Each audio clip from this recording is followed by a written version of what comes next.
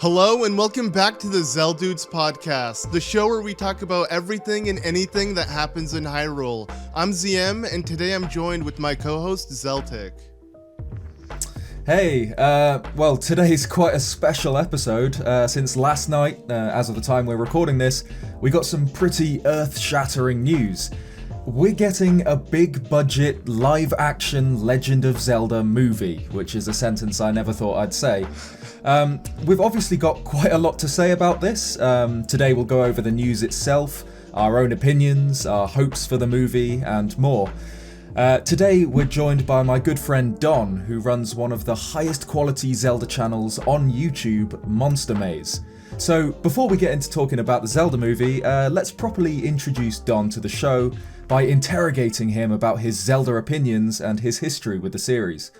So Don, give us your first Zelda game. Tell us about that. So my first Zelda game is Ocarina of Time. Nice. Yeah. Classic. Yeah. We're all in the same club. Yeah, I didn't play it on release, but like a few months after. I was way into I think it was GoldenEye 007 I was playing at the time mostly. Nice and then respect. someone else like recommended it to me because I had no knowledge of the series. I do remember seeing someone else play A Link to the Past. I think it was one of my neighbor's kids. And I do remember thinking it looked really cool, but I don't know. I think they were either emulating it, if that was even a thing back then, or they were using their PC as a TV, like their PC monitor as a TV. Oh, okay. So I thought it was a PC game. that was. Oh, okay. Yeah, I had no idea that was a Nintendo game because they were like big PC gamers mostly. So that's I guess where the confusion came from. So I can't imagine idea. Ocarina of Time running on Windows 98 though. Yeah. I really have no. Maybe my memory, my childhood memory is just really vague. That's also possible. I just remember thinking it was a PC game for some reason, and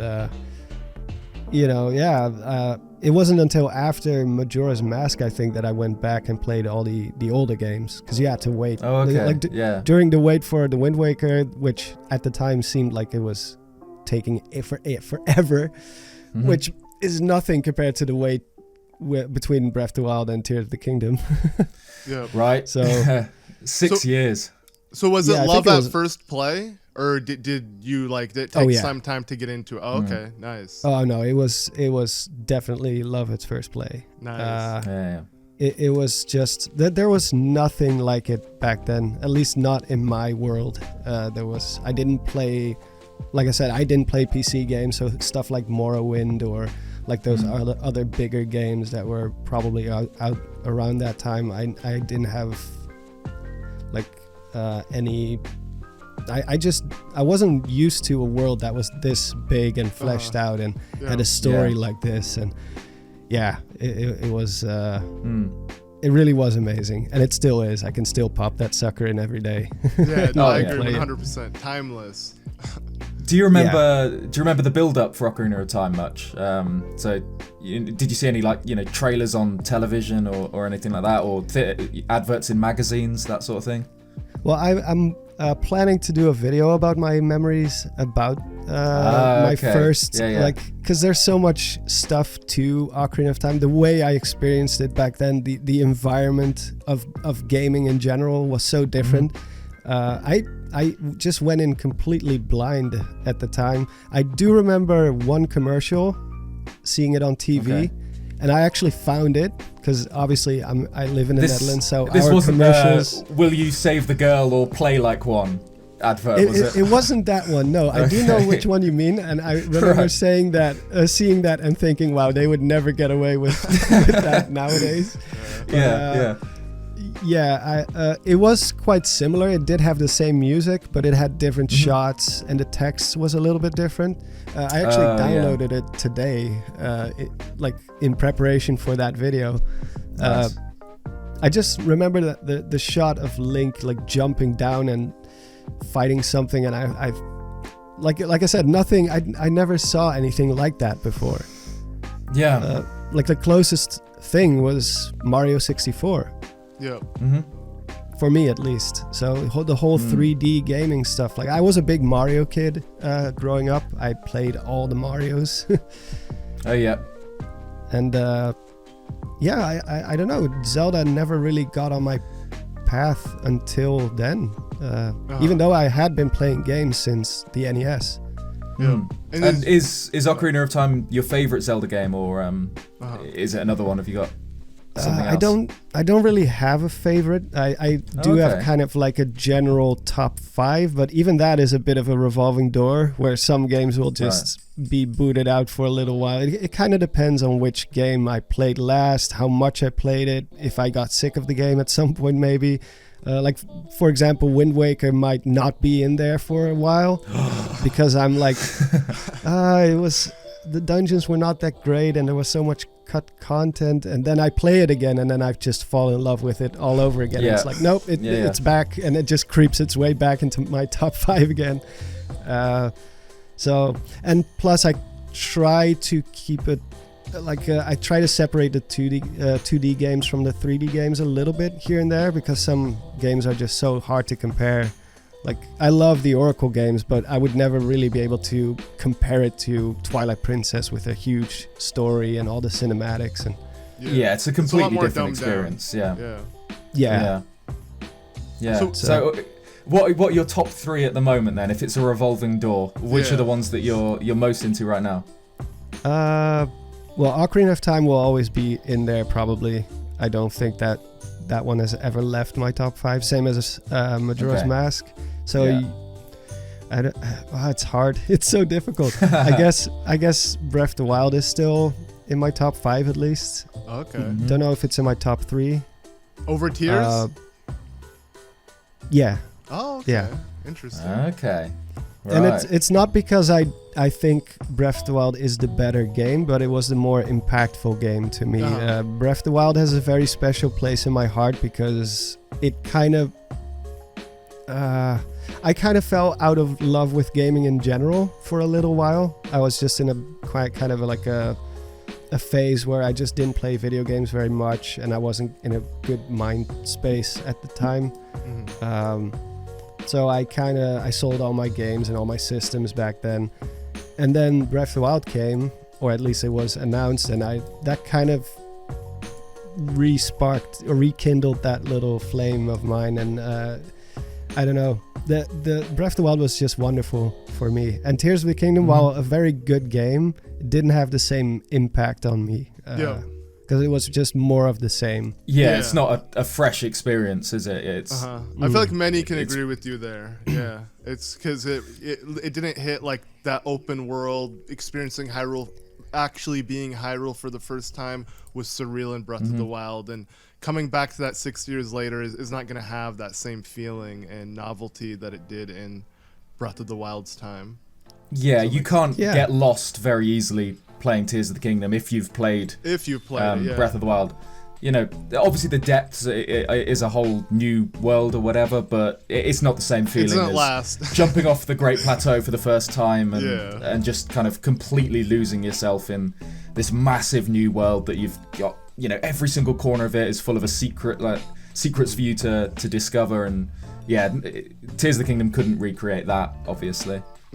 Yeah, it just for me, impact is just as important as, or maybe even more important than the overall quality of a game, because there's plenty of games that are really good, but for some reason it just doesn't leave that big of an impression on you than a different game that might not even be better necessarily, like purely from a technical standpoint. So, since you do mainly Zelda content creation on your channel, right? Would you say Tears or Breath of the Wild is kind of what got you into creating content about Zelda? Because you said you were kind of, falling out of gaming for a while. Was that really the game that kind of rekindled everything for you? Well, not as a creator. That kind of started because of guys like you. You guys, I did follow like Zelda lore for a while. I was pretty way back too, because I remember being a huge fan of Vortexy Gaming. because I loved her. Yeah. I loved her dungeon lore analysis videos. Those were really good. I remember watching Ed, Conrad, and actually my whole content creation journey kind of started with Conrad because he was looking for an editor. Yep. And I just thought, I've been doing freelance for 3 years now by that point, because I used to be just a computer programmer before this whole deal. But I've always had a love for animation and editing.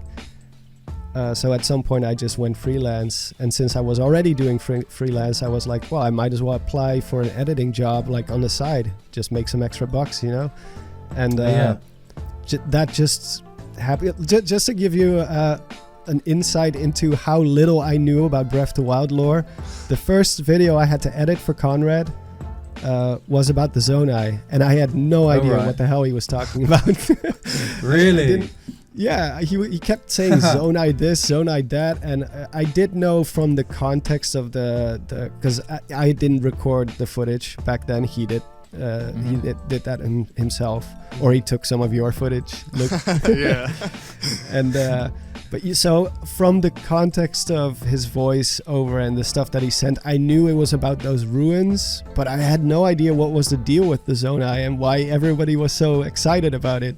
How times change, man. How times change. Now people go to you for lore about that. Yeah. Wow. So I had a lot of lore to catch up with when I started editing, but I did it for I think 8 months editing for Conrad, and that's when I reached a point where I was starting to get comfortable with how YouTube worked, and I started having some ideas of my own, but I didn't really want to impose and say try to become like his script writer, so I just started my own channel. I was like, I can probably do something like this too.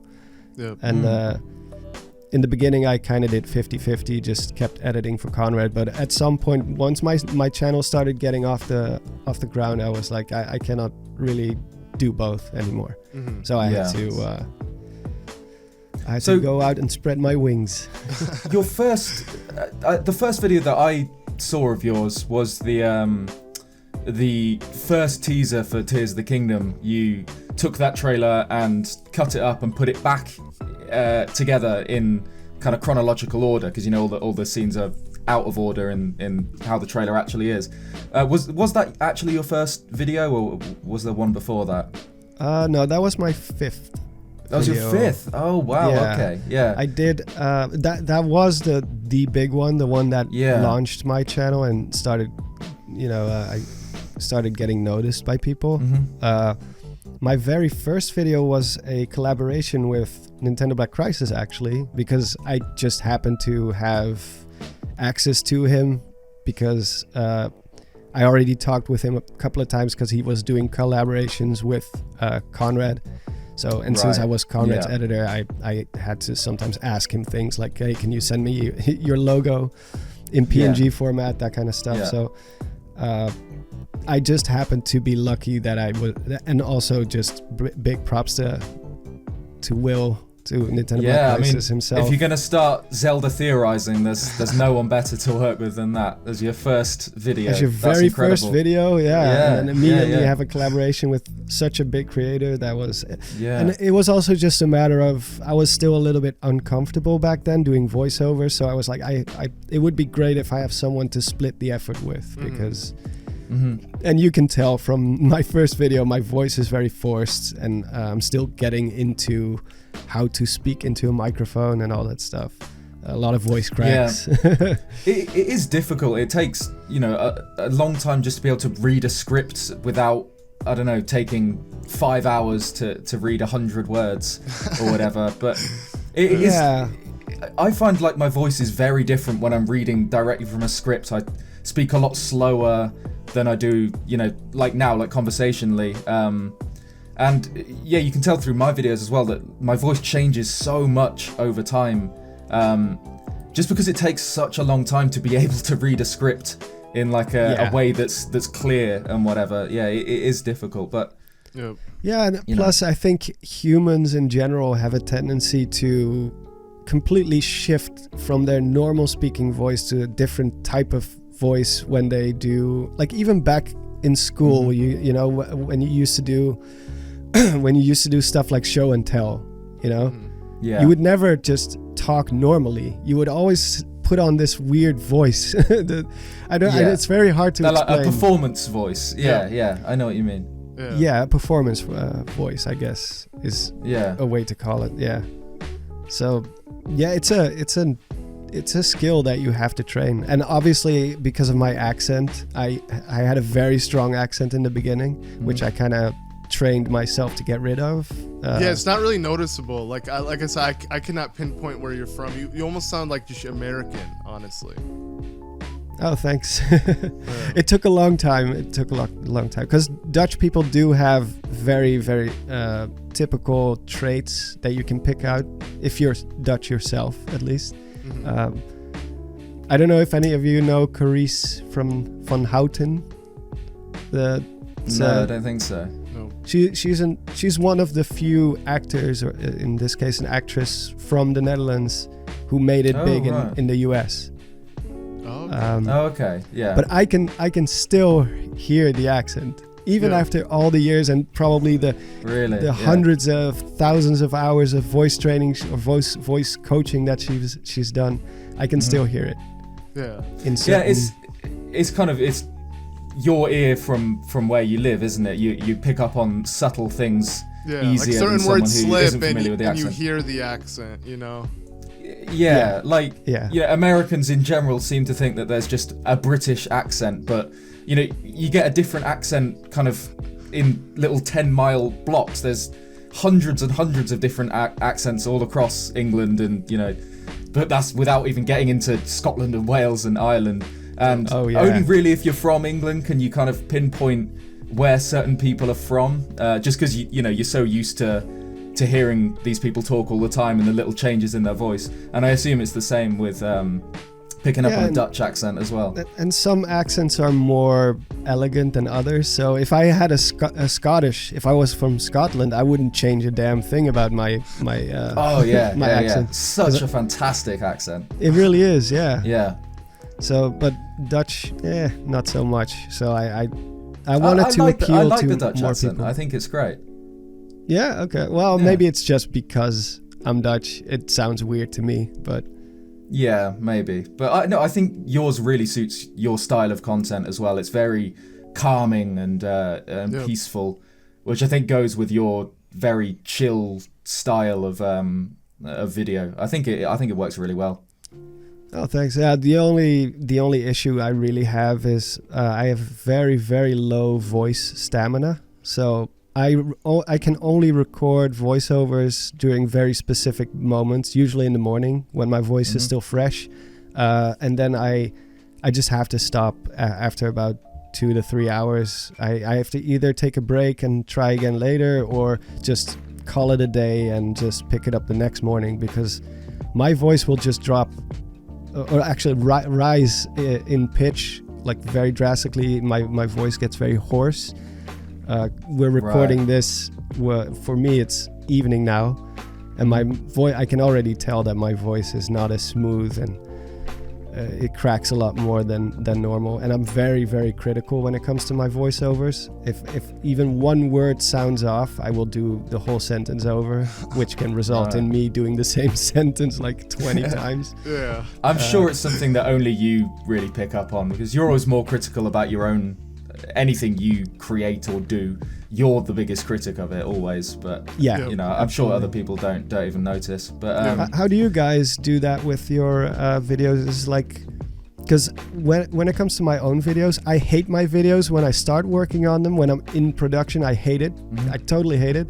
Then I will reach a point where, as soon as everything comes together, the voice, the visuals, everything like starts falling into place, that's when I start being content with it.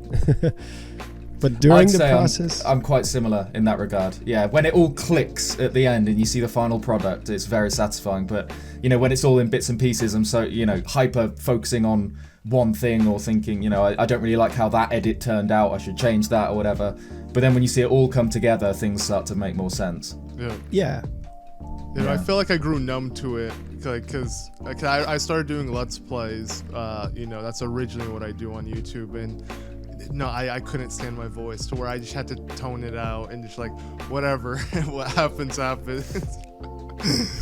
So I've never really gotten used to it, but you grow numb to it.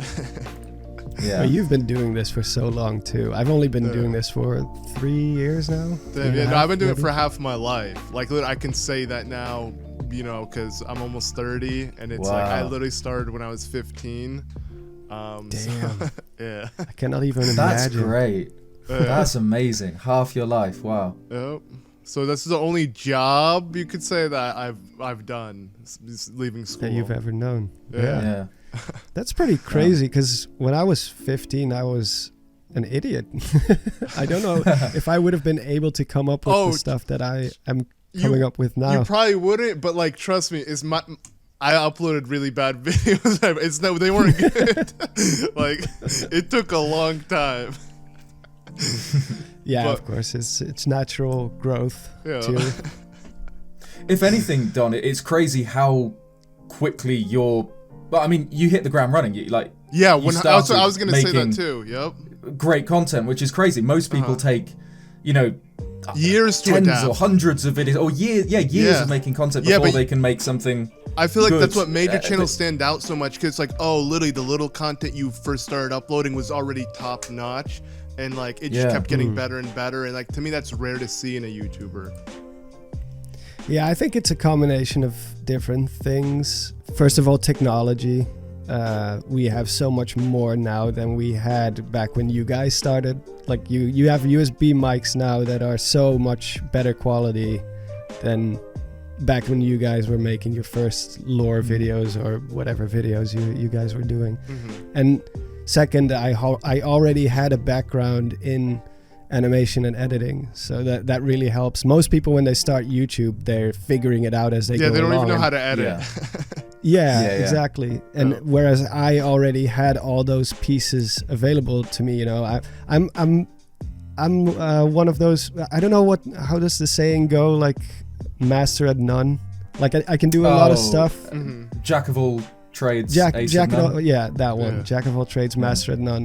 That's kind of what I am. I can do.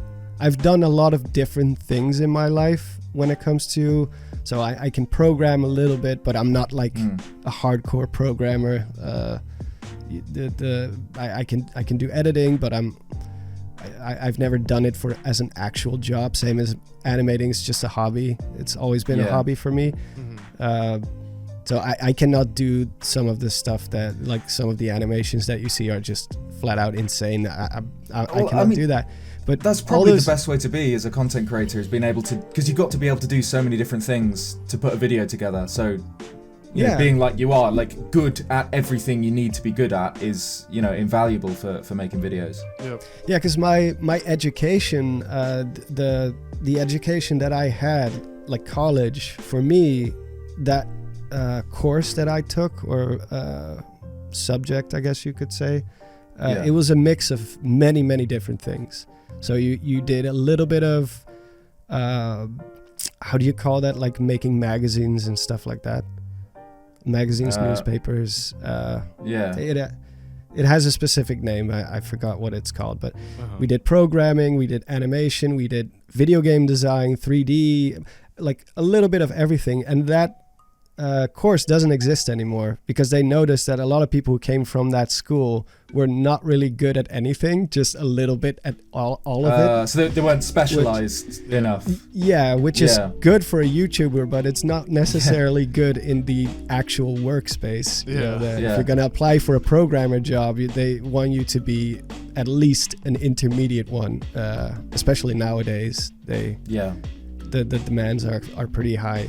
So yeah, for me it turned out well, but it's I do have a lot of benefit from it now, because I can make my own thumbnails, I can make 3D stuff, I can do all the things that I want to do, I can do for my channel. But it's something that I already had before I started, whereas, like Luke said, I mean, if you're 15, you've got all the tools to make it work. You really do make some of the best stuff on YouTube. Yeah. It's honestly so high quality to the point where it kind of annoys me because I'm like, I'm never ever gonna get my videos to that level. Well, you I will really never are, have honestly, you're fantastic. I will never have a British voice like yours, so no matter Well, there how you hard I go. try.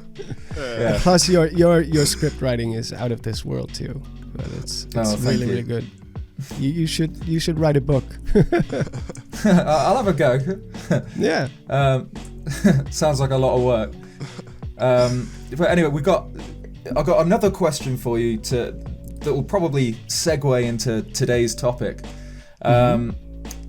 What makes Zelda special for you? So you play all sorts of games.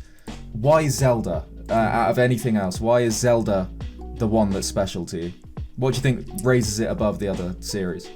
I think Zelda is just a very, very well-rounded package. Like, it has most of the things that I like about fiction, about video games in general. You know, it has story, it has world building, it has a little bit of exploration, dungeons, combat. Some of the games have very light like RPG elements to them as well, but it doesn't go like too far where it gets too complicated for my monkey brain. So I don't know. Of course, it's also childhood sentiment. I just grew up with it. So maybe if I had grown up with, again, like Morrowind or Oblivion, it would have been different. Yep. But yeah, to me, it's Zelda just has all the elements that I look for in a video game. Most of it. Yep. Yeah, I think we both can relate. And yeah, nostalgia is really strong. Like, it could hold you, even if the series might not be that good, you're gonna look at it in a different light because it just reminds you of when times were simple, and it's hard to like look past that. Yeah, and that's okay. It's okay. It's part of your upbringing. It's part of what shaped you as a person. And Zelda is one of the few things in my life that has consistently stuck with me. Most things that I was into back when I was like 14, I'm not into anymore now. But Zelda has always managed to stand the test of time and just keeps getting carried over from my 20s to my 30s to, I'm gonna be 40 in 3 years, so I'll probably still be playing Zelda. Yeah. And hopefully I still will be when I'm 80. Yeah, no, the series just gets just better and better, more ambitious. Like, it is a series that's hard to eventually fall off of, because there are so many other things that don't stand the test of time, and eventually just, you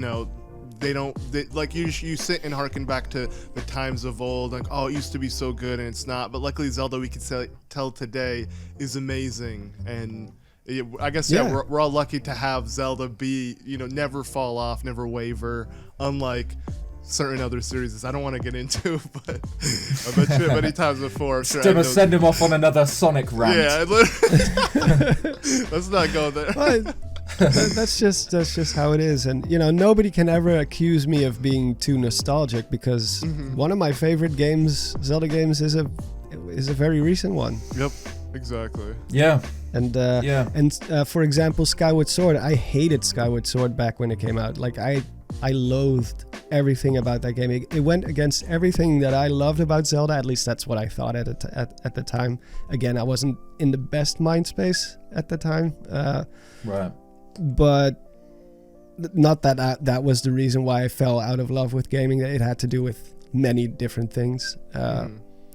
But I really started appreciating it now that I've played the HD version. I've seen Skyward Sword in a whole different light, and I love it. Damn. With or without motion? Is that since the HD? Oh no, sorry. Go on, Luke. Oh no, well, kind of same thing. Yeah. Like, because of HD introduced without motion. Yeah. Oh, okay. And, so I started appreciating controls? the story. Or you didn't? I use it for half the time. Oh, okay. Sometimes I was just where I was, okay, I'm too tired to flail my arms. I just want to hang back a little bit. So I played both. Oh, and it didn't take away from the experience? No, not at all. Yeah, I'm just a hater then. I was just hoping you'd agree with me. No, I really I just started like appreciating the story and the lore and the atmosphere of this world a lot more, because even though I hated Skyward Sword back then, I also didn't play it very far, so I didn't really have the proper reasons to. Where did you get to I just when you first played it? I think I only played until like the second dungeon, something along those lines, and I just there were a couple of things back then that really irked me that were almost unforgivable, where I was like, there's no day and night cycle, like what the heck. I couldn't fly at night, which like one of my favorite things. You get told off by the knights, don't you? And like on the surface there is no day or night cycle, it's just always daytime. And one of my favorite things to do in the older games, especially in Ocarina of Time and Majora's Mask, was walk around the cities and the towns at night and see like the little differences. Other people would be out during the night than during the day, and there was a certain calm serenity to it, to that world. You hear like those crickets and owls and all that stuff. So as soon as I found out like there's no day and night cycle and I cannot even explore the sky during the evening, I was like, that already set the mood, where it set the tone for me. Yeah, and huge Skyward Sword's a setback. weird one. Yeah, because every other 3D Zelda game has a day-night cycle. That is crazy. Yeah, the whole game in general, it does what it wants to do really well. But then it doesn't let you do anything that the game doesn't explicitly want you to do, you know? Things like you said, like just walking around, say, Ocarina of Time's Castletown at night and just kind of absorbing the atmosphere. That's not really a Skyward Sword thing. I know there's Skyloft at night, but they really want you to play the game in the way they want it to be played and kind of go through the game basically on rails and experience the story. Yeah. And if you kind of get in that headspace, it's really enjoyable. I do really like Skyward Sword. Yeah. But it does lack in some ways that other Zelda games don't. But I do appreciate it now, and maybe that also has to do with having played Breath of the Wild first, which stripped away a lot of the things that Skyward Sword does have, like story, like an actual story that develops over time, and a lot more. You get more attached to the characters, whereas in Breath of the Wild it's just like go wherever, do whatever, it doesn't really matter. What, Zelda's doing something over there? Yeah, sure. So I think there have been a couple of those types of analysis videos that have also come to that conclusion that Skyward Sword, it improved with time because of Breath of the Wild. Yeah, I can see that. That makes sense to me. Yeah, because they're probably the two most polar opposite Zelda games. I don't think you can get more chalk and cheese than Skyward Sword and Breath of the Wild. Because I mean, Breath of the Wild was kind of an extreme overcorrection to Skyward Sword's linearity. I'm a big dungeon guy. I'm huge into the Zelda dungeon stuff, and Skyward Sword has really solid dungeons, better dungeons than, for example, Wind Waker. Yeah, it's got some of the best dungeons in the series. You know, the sand ship, the ancient cistern. Yeah, really, really good stuff. Yeah. Also very original stuff that we hadn't seen before. True. They weren't all typical forest. Like even though the forest, it was its own unique style. I guess we got 2 fire dungeons though, you know, but still, they seemed unique for the most part. Sand ship definitely most unique one. Yeah, ancient cistern was really surprisingly good. Best version of a water temple. The whole basement. The basement level is just kind of. Oh yeah. You don't expect that going into it, and it's crazy. Yeah. But. So I guess Skyward Sword kind of filled that missing piece that I didn't get with Breath of the Wild. True. Well, Dungeons and story were needed because they are lacking, sadly. That's Nintendo don't care about that anymore. I hope they will find a way to mix the two together like really effectively. I was hoping Tears of the Kingdom would do that, but I don't. We all did. I don't think they succeeded in that. The most they give is like, hey, they're called temples. Are you happy? It's like, no, they're as big as a shrine. I'm good. Yeah. And it's once again activate the 5 terminals and you're out of there. Yeah. But okay, then. At least the bosses were okay. Yeah, no, true. Yeah, I think probably the best in the some of them series, are okay, actually. yeah. Because let's be honest, most Zelda bosses are kind of gimmicky and a letdown. I enjoyed these ones a lot. I think combat in general just improved a lot in Breath of the Wild and Tears of the Kingdom compared to other Zelda games. Because it wasn't like, hit the eye, it falls, hit the weak spot, like rinse, repeat until it's dead. Yeah, and plus Link never had this type of mobility before. It was always kind of like stiff in a way. Yeah, you could never have, the Kolgura boss fight in a game Oh that wasn't God. Tears of the Kingdom. Yeah. Yeah, that's just incredible. But then I didn't really care for Muktarok at all. But I think it was meant to be like a joke. It had the Koga vibes all over it, where it's very silly concept. But even Koga in Breath of the Wild was still a fun fight, even if I didn't like the kind of fact that he was a joke boss of this elite assassin organization. Yeah, they just doubled down. The boss on fight that. is still fun, but Muktarok it's just kind of annoying to fight. He's not difficult. He's just just annoying. All right, with all of that said, now let's talk about what's on everyone's minds, and that is the Zelda movie announcement. What are you guys thinking about that? Man, who expected, like, on a random Wednesday evening or whatever it was, this is Miyamoto, I'm making a live-action Zelda film. It's the most Nintendo way of announcing something ever. It's just completely out of the blue. I don't know what to think. I've got, my head is kind of spinning at the moment. A live-action, big-budget Legend of Zelda movie. Are you guys disappointed it's live action? Crazy. Do you wish it was animated, Studio Ghibli, or even Illumination or something? Yeah, I'm kind of staying cautiously optimistic about it because, I want in my heart of hearts for this to be good. And I think a live-action Zelda could be good. It's just a lot more difficult to make a live-action Zelda good than it is to make an animated Zelda good. So yeah, I would say I'm a little bit disappointed by the news. I would have hoped to see something animated. Something in Studio Ghibli style would just be unbelievable. But I think that probably was always too unlikely to ever happen. But that's the ideal, something more similar to that. But I think live action sounds very strange now, but once we see it, and once we start seeing trailers, maybe once we see the cast, things will start making sense. But yeah, what about you, Don? What do you think? Live action?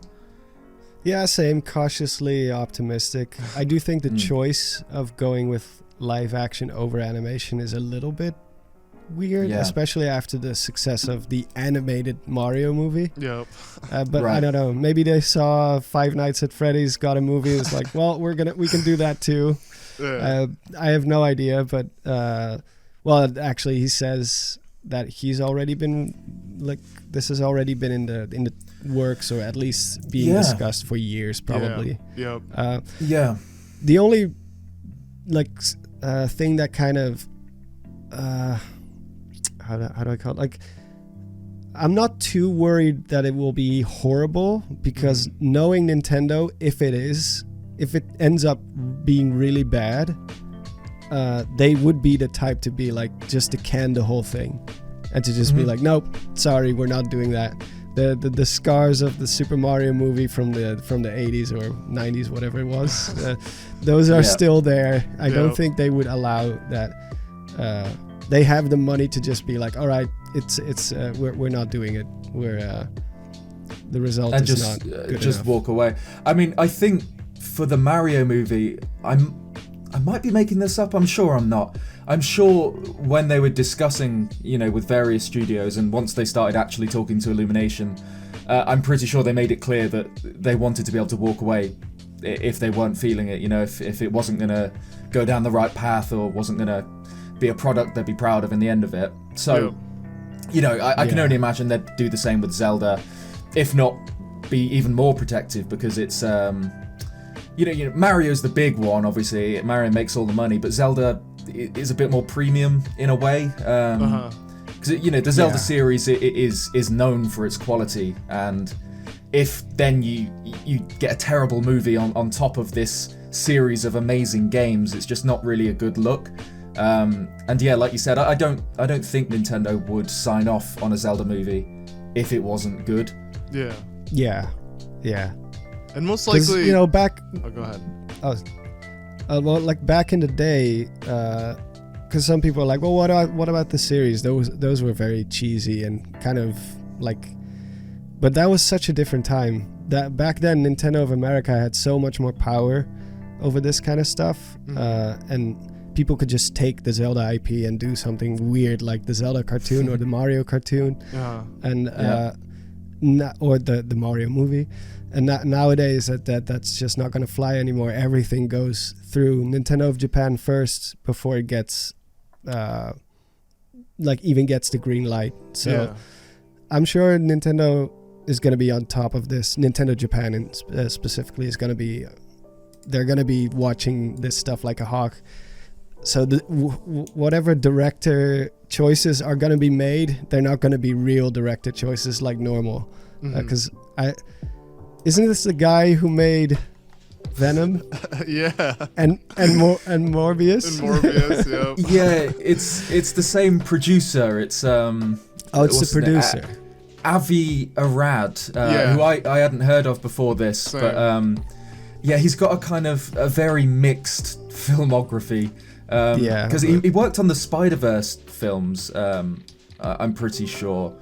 But then just a producer, so just as a producer, but then he also did Uncharted and Morbius as a producer. So yeah, a bit, a mixed bag there. But from what I'm seeing online, a lot of people are a bit unsure about having this guy attached. But like you said, I think the creative control will be Nintendo's. They'll hold the reins. They'll be the ultimate director. In a way. Remember when Nintendo officially announced that they'd partnered with Illumination, and the whole internet was on like fire Minions, because of that. Yeah, it's gonna be crap. Exactly. Yeah. And it wasn't bad. The animation is really, really beautiful. Yeah. Because Illumination are known for kind of quite standard animation. Good enough, but nothing absolutely beautiful. But then the Mario movie is genuinely a gorgeous film. They really pushed Illumination. So many little secrets in it. You could tell there was love put into the film, which if they do something like that for Zelda, I think they can only win. But Avi Arad is the guy that people aren't sure on. And then the director, they've said, is a man called Wes Ball. I know him. Yeah, so he's done the Maze Runner trilogy, which I haven't seen, and he's doing Kingdom of the Planet of the Apes, which is coming out next year. So not an unknown, but a relative unknown. He's only really got the Maze Runner on his resume, which is a well produced movie series. I think, at least. I thought it was. I've never seen it. Yeah. So have you watched the Maze Runner films then? Yeah, I watched all of them. Okay. Yeah, give me a rundown, especially from a kind of directorial. Well, I don't know the word. Well, it's they're all well shot. The acting is really good. It's just more of a. I think the Maze Runner kind of got lumped in with a lot of those, teenage dystopian movies like The Hunger Games and like Divergent and all that. Yeah. But I would say it was one of the better ones out of that group, because you had a lot of them back then. It was like there was like a big hype for those types of dystopian movies, all starring teenagers who are gonna save the world or fight some dystopian dictatorship or whatever. But I thought it was, the stunt work was really well done. The shots were beautiful. It's, I guess the concept was a little bit, but it's based on a book series, so you cannot really blame the director. That's not down to Mr. Ball. That's based on the books. Yeah, so if the film is written well, you should watch them sometime if you haven't seen them. Is Maze Runner where like the kids wake up in a maze and they have at nighttime it like closes or something? Oh, then I've seen the first one. Then I and it was good. It does have that. Good. It does have that Hunger Games quality to it, you know. Yeah. So, yeah, I thought it was a solid movie. The other two are also good. It just doesn't have much to do with the maze. It's just called The Maze Runner, but every movie is completely different. Like the first movie is all about the maze and solving the way out, trying to figure out how they can get out of that place. And the second one is more like a zombie movie almost. Oh, okay. It's like in like a desert type environment with zombies and stuff like that. Third one also that, but it's also like more Blade Runner-esque because it takes place in a huge big city. So it's every movie has its own distinct style, and it's one well-rounded story that has a beginning, middle, and end. So at the end, it's just the end.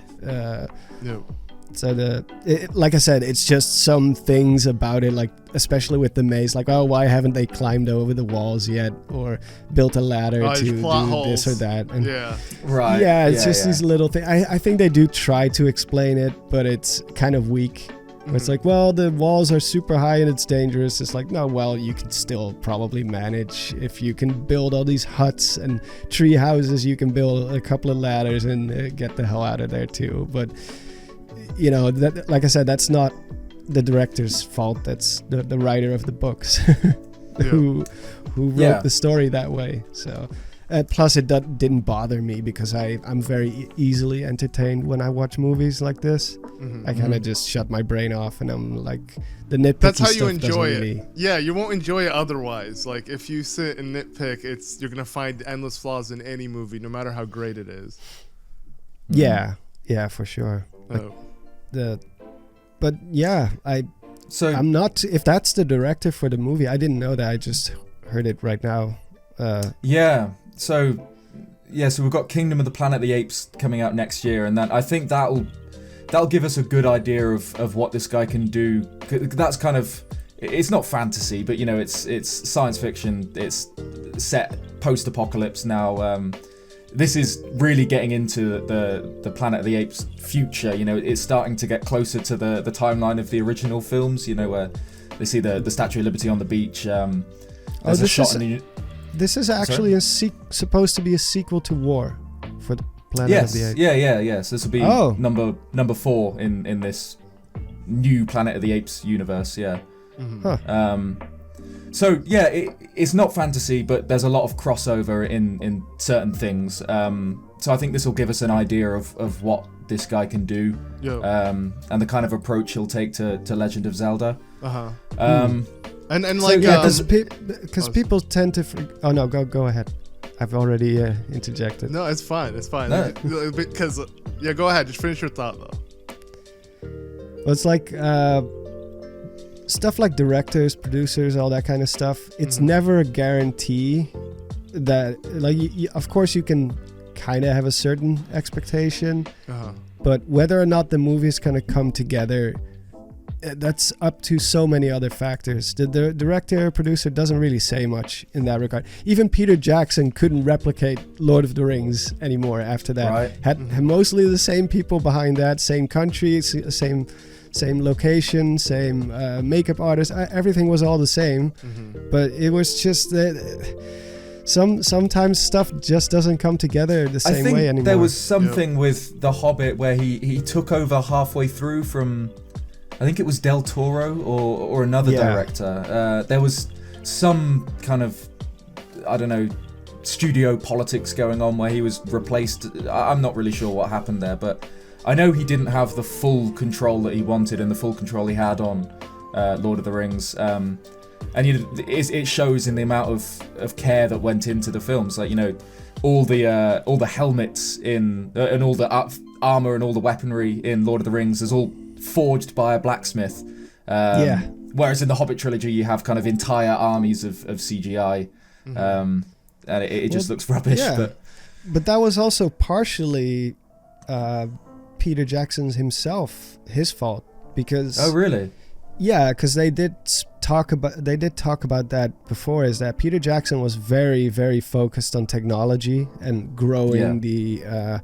the technology behind CGI and movies. And in the first few movies, he was kind of being restrained, but he had the right people around him, and maybe it was also a combination of just the technology wasn't there yet. But he, like, you can tell the first Lord of the Rings, the first one, The Fellowship, is a lot more gritty and a little bit more grounded, and as the movies progress, it starts focusing more and more on these big CGI battles and flying creatures, and that was kind of him just, you know, shifting his focus more and more towards that. And with The Hobbit, he just suddenly decided, we're going to shoot this movie in 48 frames per second, and we're going to put more CGI in it. And I don't know, sometimes George Lucas did the same thing. He was also kind of being restricted by the right people and by the technology of the time, and then by the time he did the prequels, he started focusing too much on the CGI, and that's why the old Star Wars movies have aged better than the prequels have, even though they were made years and years after. So exactly. And I'm quite interested to see how they handle CGI in general with the Zelda film, because, you know, it's live action, we're going to have actual actors representing the main characters. But, you know, if they introduce Gorons or Zora or probably Ganondorf is going to need to have some CGI going on. You're going to have some characters that are completely computer generated, or, you know, maybe mocapped or whatever. But I'm really interested to see how they do that and what kind of overall art style, I suppose, they go for. Whether it's super gritty, realistic Gorons or if they're a bit stylized. I don't know. I'm just so interested to see. Yeah, that'd be kind of nasty to see, like, Gorons. Yeah, but I mean, I wouldn't be too worried. I guess I feel like, you know, Marvel has proven that live action can look really good, even in the most fantasy setting. And plus, isn't Nintendo funding like half the budget for this movie? Yeah. And Sony's producing it as well, or? Yeah. So I got it here. They're doing. The film will be co-financed by Nintendo and Sony Pictures, with more than 50% financed by Nintendo. So you know, they'll be putting a lot of money into this, because 100%. Those Switch sales are coming in handy now. And the Mario movie sales alone as well, like, that will help also budget it. You know, this is, you know, hundreds and hundreds of millions will be put into this. So whatever they go for, you know, it will at least look incredible. Exactly. So that is something I'm not too worried about. And, like, in terms of live action, I feel like if there was a Nintendo IP to receive a live action adaptation, Zelda would be one of them. Like, the 80s or 90s Mario movie never made any sense. But it makes sense for Zelda to get that kind of spotlight. And it's kind of exciting because no matter how big the Mario movie was, there's a certain level it won't be able to pass because it's an animated movie. People always look at it, it's for kids. You know, like, it being live action will bring it to a completely new demographic who probably would have never considered Zelda to be a thing, you know, on the radar, and now it is. So it's like, there's that to look forward to, in the sense of, like, Zelda's only going to get bigger. I mean, if it's good. If it's good. But it's true. It's true, though, with animated films versus live action ones, because when the first Spider-Verse came out, I remember it didn't blow up as much as it should have for how good that film is. Exactly, And I think, a lot of people saw it was animated and thought, you know, that's probably for kids or whatever. Live action films just kind of, there's an upper echelon that animated films don't seem to be able to breach yet.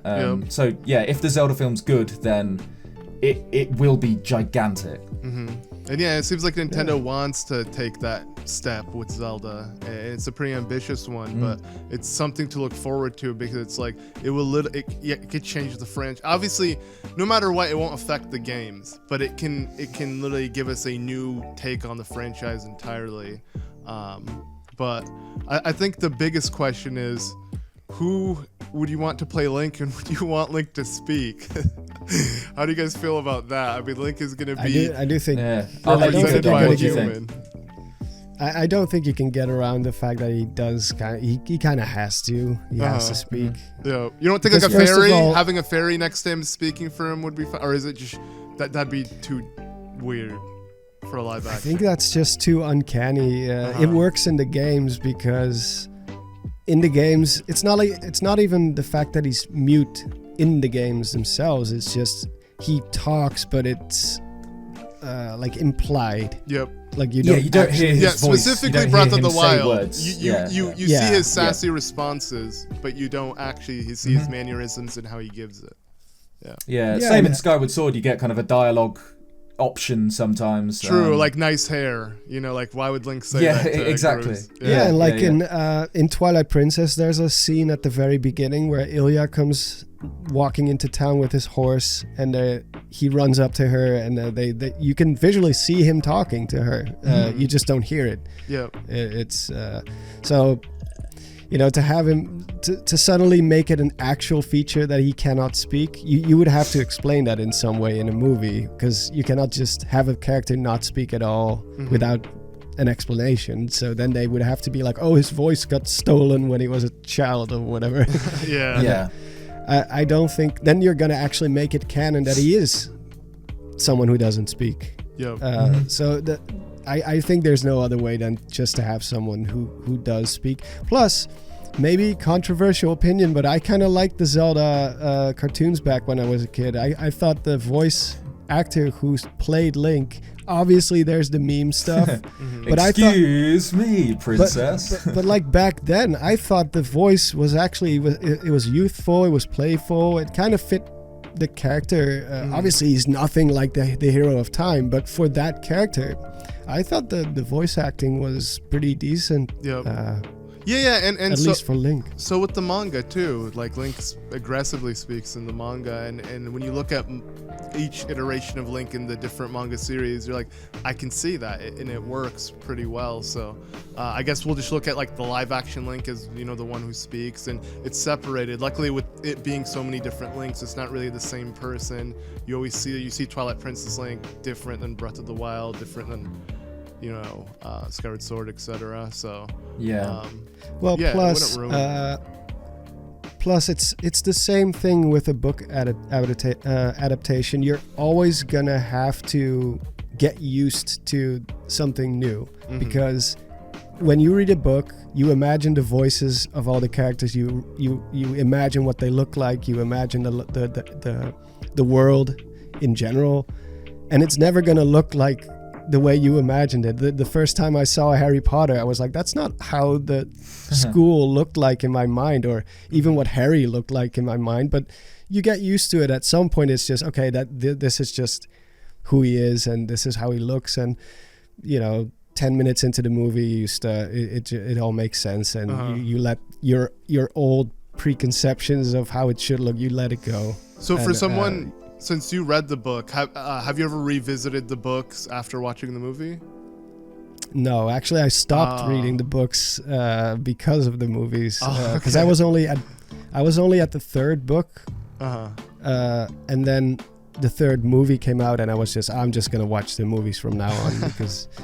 The third movie is the best. Prisoner of Azkaban is the best Harry Potter film as well. Yeah, I thought the fourth one was also nice. But, it was a little bit more lighthearted in a way, because it was all about the school competition and stuff. But, you know, I've never read the Lord of the Rings books, but if I had the movie, I would have experienced the movies in a different way too. So we as Zelda fans are always going to look at these types of movies different than someone who's just going to see this movie because it's a big production fantasy movie, because it's probably going to be in theaters. So. We're going to be a lot more kind of protective, you know, because Zelda's our baby, you know, isn't it? It's the series that we've grown up with, and like you were saying earlier, Don, it's kind of been with you throughout your whole life, and now it's kind of being taken and put into the mainstream basically, and turned into something completely different. And a lot of people are going to form their opinions on Zelda based on this. They're not going to play the games, they're going to see this film, and to them that's what Zelda will be, which is such a weird feeling. And I think a lot of our kind of trepidations about this film come from the fact that we're quite protective over Zelda, especially things like Link not speaking. Most people just won't even realize that he doesn't speak in the games. They'll see him speak in the film and think, oh, well, yeah, he's, you know, the fantasy protagonist. Of course he speaks. and it's something only people like us will be discussing. Yeah. I'm just curious if Zelda as an IP, I'm just curious to see how well it would translate to a movie, because it's such a gameplay-centric series. Right. Like, are we going to see Link shoot an eye and solve a puzzle in the movie? Like, yeah, exactly. That's the kind of stuff that you don't really expect to see in a movie unless it's maybe a children's movie or a cartoon. But which is why it's so weird that they screwed up Uncharted so badly, because that is like the one type of game that should be very easy to translate into a movie. Yeah. Because they just made some really bad choices, and I guess what is it again? Naughty Dog didn't interject too much or criticize it enough, because the Last of Us series was really good. Oh, I was thinking about that. Yeah. Yeah. I heard it. Yeah, was that really was good. fantastic. Yeah. So and back in the day, you had the Silent Hill movie, and I'm a huge Silent Hill fan, and I thought that was a really good movie, but that was. It was mostly because the director was a big fan of the series already, like long before. Like he actually pushed Konami to make a movie about Silent Hill. And yeah, it gets some stuff about the lore wrong, and it kind of affected the games that came after, because the world started following certain tropes of the movie after that. But I thought it was still very entertaining. I'm just curious to see if Zelda lends itself well, and I guess they will figure that out as well as they go with this project. I'm interested to see how it's structured, because I think kind of ironically Mario works better, or Mario, it was easier to make a Mario film because Mario has less of a story, but because Zelda's got, you know, a little bit of lore, and each game has its own story, that they will, I don't know how careful they're going to be with respecting other Zelda stories or whatever, but there's a lot more to actually have to think about there. Whereas Mario, you know, as long as there's Mario, there's Bowser, there's Peach, it's in the Mushroom Kingdom. I feel like the opposite. It's a Mario film. I feel the opposite, because I feel like with Mario, it was, because there's no story, it's kind of hard to really base a movie around it, and that's why the movie felt kind of lackluster. Don't get me wrong, I still think it's a great movie, but it definitely had no premise, and the plot isn't very strong. They played it very safe. Yeah, exactly. When it came to the plot. But I feel like which no, sorry, go ahead. Which Zelda game do you guys think would serve as the best blueprint for a movie like this? I feel like Ocarina of Times would be like it's like the foundation of like Zelda. Yeah, because you see Link from a kid to an adult. You Ganondorf's rise, everything. It's like literally, it's the foundation of like the actual series, the timeline split, everything like that.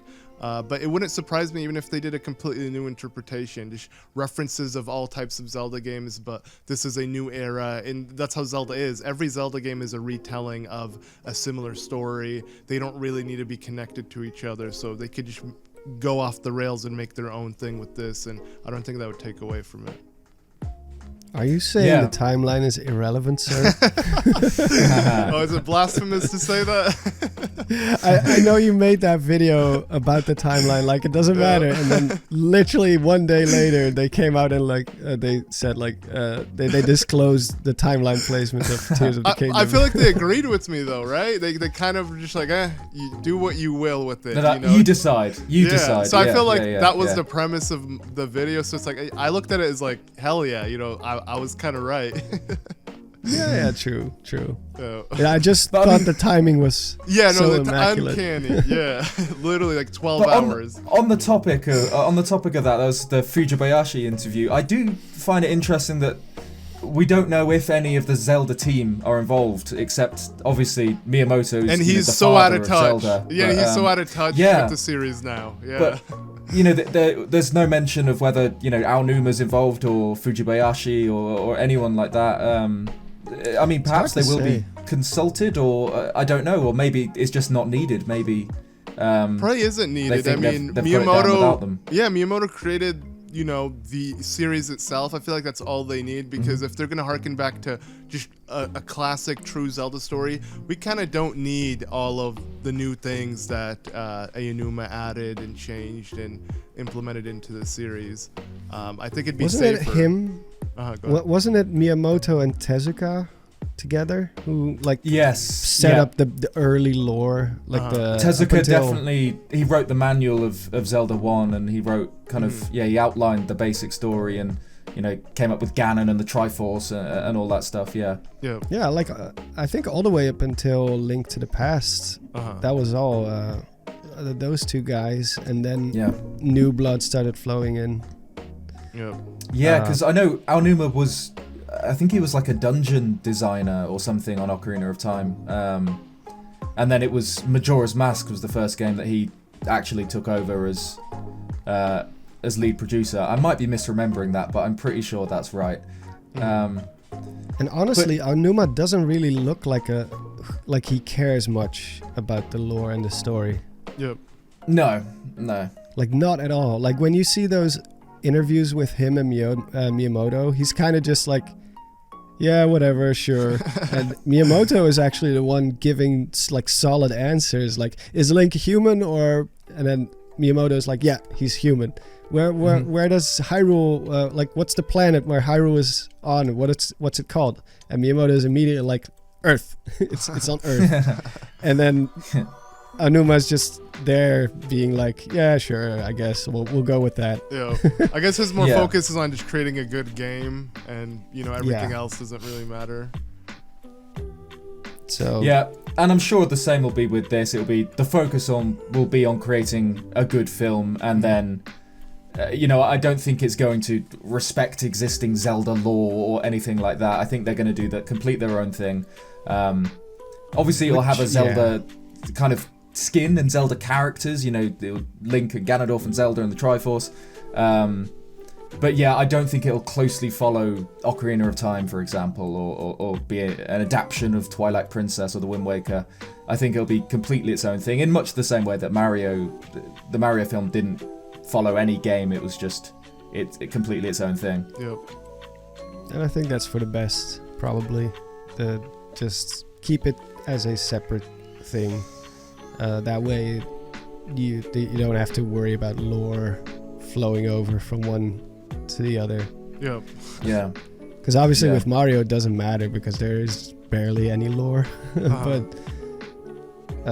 with Zelda, you kind of have to.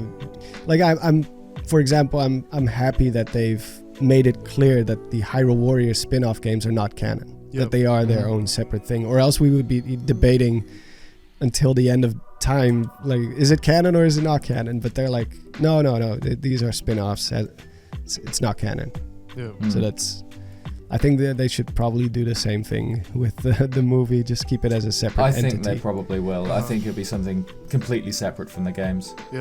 And even if it isn't, if it just delves in one part of the timeline split, or just isn't in its own era, I don't think that'd be a bad thing, because you look at Wind Waker, you look at every different game, and it's like it doesn't really matter what happened during that time. Each Zelda game can just be focused on that game at that time, and you won't really care what happened previously, right? So even if it is canonical, it won't. I don't think it'd ruin the series. But there are certain things that they might have to either retcon or oversimplify to make it work, because we all know where the Master Sword came from and what it is and why it's such a special sword, but an average new viewer who's not into the Zelda series is not going to understand that. So they might have to give the sword a new backstory, or because they cannot be like, oh, there was once this kid who forged it together with a robot spirit girl, and she went into the sword, and they'll probably dumb it down a lot more, to make it easily digestible especially if they're trying to put it all in one runtime, all those lore and backstory to everything Link discovers. Because the Master Sword has to be in the movie, right? You cannot have a Zelda movie without the Master Sword. Yeah, exactly. Because I think even if the film's bad, which hopefully it isn't, in a few years we will be sat in a cinema watching Link pull the Master Sword on like an IMAX screen or whatever. So, you know, that's a win. Even if the film is rubbish. Even if it's Tom Holland pulling that Master Sword? Oh, don't say that. Please don't say that. I really, really don't want... I've got nothing against Tom Holland. I love him as an actor, but I don't want someone that I recognise as Link. I won't be able to see him as Link. That's why, I don't know, I think it has to be an unknown actor. It's also so weird how people are so... it's like they pretend like Tom Holland is the only young actor there who has the talent to pull something like this off. I think it's because they're sour. It's like Nintendo literally went with Chris Pratt for Mario, so it's like you can't trust them now. It's like they'll probably go for that next big, you know, and like Tom Holland fits the build. He's the young, you know, he's just that young hero. I mean, dude, he was Nathan Drake. We were literally talking about how Uncharted wasn't good. I mean, he became Nathan Drake, so it's like it's not. Yeah, and Nintendo aren't scared of choosing the biggest, most obvious Hollywood celebrity for these films, So, like, The Rock as Ganondorf is not off the table. Oh, God, no. Yo, Danny DeVito as Tingle, though? That'd be pretty dope. Oh, yeah, I'm up for that. I did say on Twitter, like, I hope that they do actually cast someone for Ganondorf who's actually like a tank in real life. Yeah. If they're not actually 7'2", I don't want to know. Right. Is that how tall Ganondorf is? He's something over 7 foot. Wait, really? He didn't. Yeah, he's massive. He didn't look. Yeah, there's plenty of actors out there who are like physically imposing in real life, and usually that's the better choice. Like, sure, there's exceptions. Like the actor who plays Thanos is like 5'8", 5'7". Yep. Like he's less. I'm a tiny guy, and he's like 5 centimeters in my units. He's like 5 centimeters smaller than I am, so it's But you know, CGI, the Marvel magic can make that happen.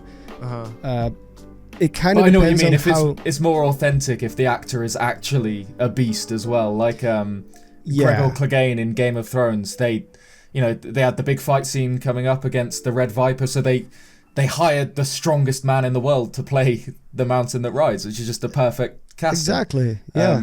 Wait, so you don't feel like Thanos was good? I feel like Thanos worked perfectly, even for the actor. Oh, Thanos was great, yeah, but obviously I'm saying there's exceptions. Oh, there is exceptions. So there's exceptions where it does work, but it's first of all, it's going to be very costly to do it right.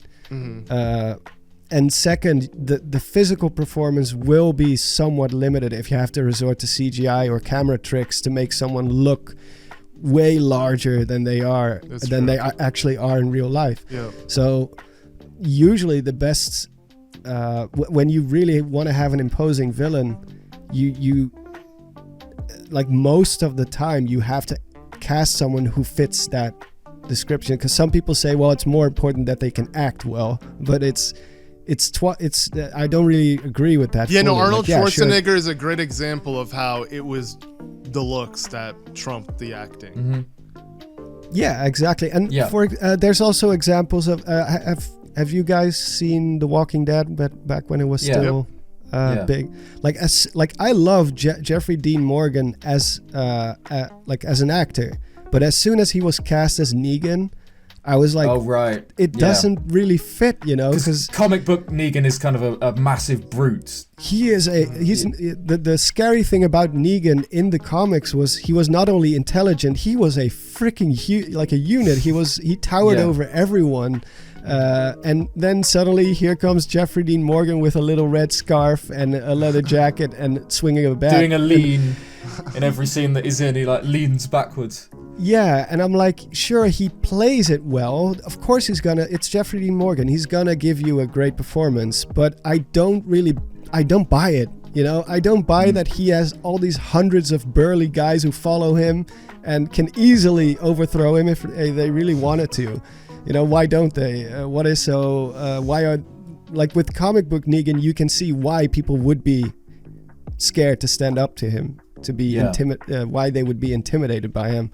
So for Ganondorf, they really have to do it right, because I think if you're going to make him some sleazy, much more smaller type of guy, like this cunning individual or something, it's not going to feel like Ganondorf. When I think Ganondorf, I think back as a kid being scared to walk into that room because the guy is like twice your size, you know? Yeah. It's Triforce of Power. He's got to be, incredibly physically imposing. It just won't work otherwise. Yeah, no, I completely agree. That's true. And they did a good job in Tears of the Kingdom making him, I don't like everything about Ganondorf in Tears of the Kingdom, especially, like, they didn't give him enough backstory, but one thing... The design was was perfect. Best. Like even his footsteps feel like heavy. Yeah. Yeah. Yeah, I don't think it'd be a bad thing to have A-list celebrities play like Ganondorf, Zelda, and stuff. But yeah, I agree with what Ed said about Link needs to be an actor no one knows because we want to see this actor as Link. We don't want to be like, oh, that's this guy from a different movie now playing a different character. I feel like that would definitely take away, especially when this is our first time seeing Link is going to be humanized. To me, it's just so weird, Yeah, because Link's such kind of a non-character by design. Yeah. Now, obviously, he does actually have a personality and, look, a certain actual look to him. He's always blonde. But he is designed to be the link between the player and the game, and that's it. He's meant to be a blank slate that you can kind of project yourself onto. Like, doesn't matter who you are or what you look like. Yep. You're meant to see yourself in Link in some regard. So yeah, it's going to be very strange to see if it's an actor like Tom Holland or someone that we just instantly recognize. I really don't think that'll work as Link. It needs to be someone that we've never seen before, because then we'll see their Link and just think, oh, well that's Link, isn't it? It's not, someone dressed up as Link. It needs to be someone that we haven't seen before, which is kind of why I'm leaning a bit towards if they do Child Link and Child Zelda, like Ocarina of Time or the Wind Waker sort of style. Because then, like Harry Potter, you could get an actor that it has just come kind of out of nowhere, that people will then only ever see as Link, and it will probably bottleneck or pigeonhole their whole career into just being Link, but, that's not a bad I think curse. it'll make for a better film. Exactly, yeah. If I could always be known as Link, I'd be happy. Yeah. I think they should maybe search in the Broadway theater type of scene because that scene usually has a lot of very, very talented actors who are not really known because they're not on the big screen. Yeah. Yep. And usually those types of people have less ego too. They are more likely to give it their all.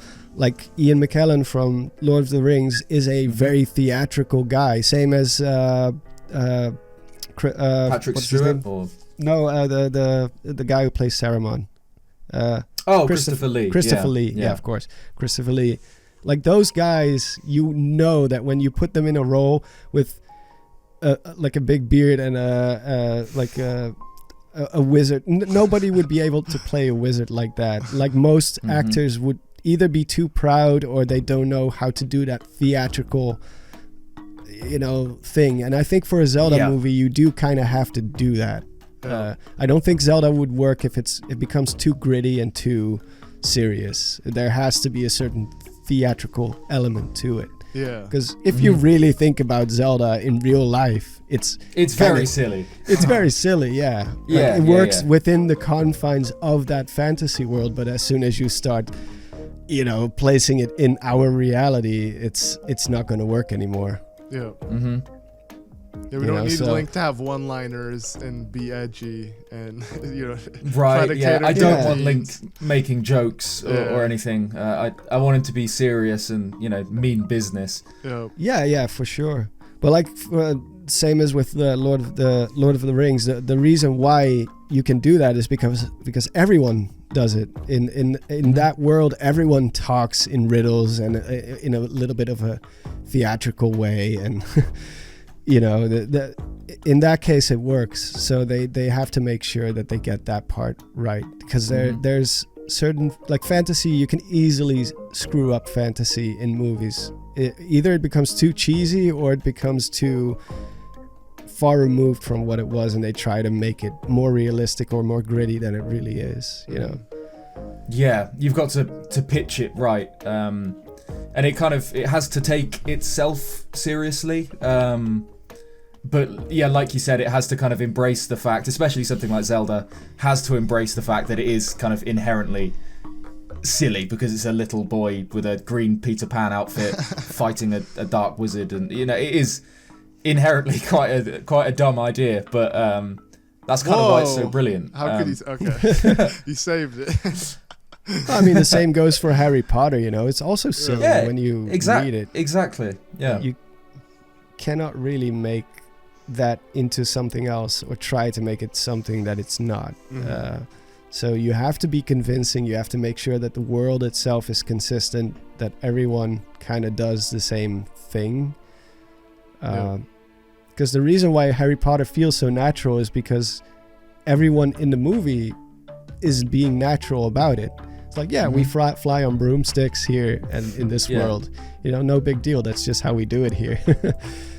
Yeah, exactly. Oh, like, this is Quidditch. It's something we all do, and it makes sense in this world. Yeah, it's got to take itself seriously, otherwise it just falls apart.